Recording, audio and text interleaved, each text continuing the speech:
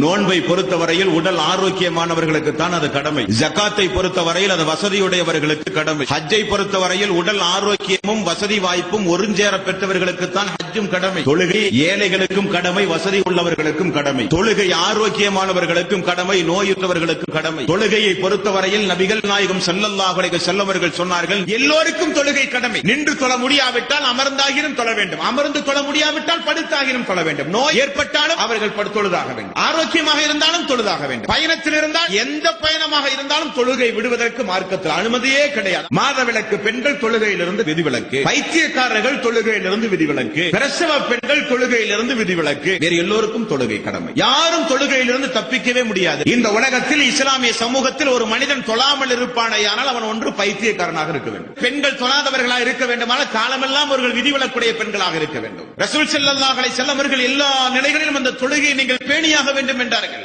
என்றைக்கு அல்லாஹ் போர்க்காலங்களில் நீங்கள் தொழுதாக வேண்டும் என்ற ஆயத்தை இறக்கினானோ அத்தோடு இந்த உலகத்தில் யாருக்கும் தொழுகையை விட அனுமதியே கிடையாது என்றார்கள் சஹாபாக்கள். அந்த அளவுக்கு மிக முக்கியமான ஒரு கடமை தொழுகை என்பது. எந்த ஒரு காரணத்தையும் கூறி தொழுகையை விடுவது மார்க்கத்தில் அனுமதியே கிடையாது.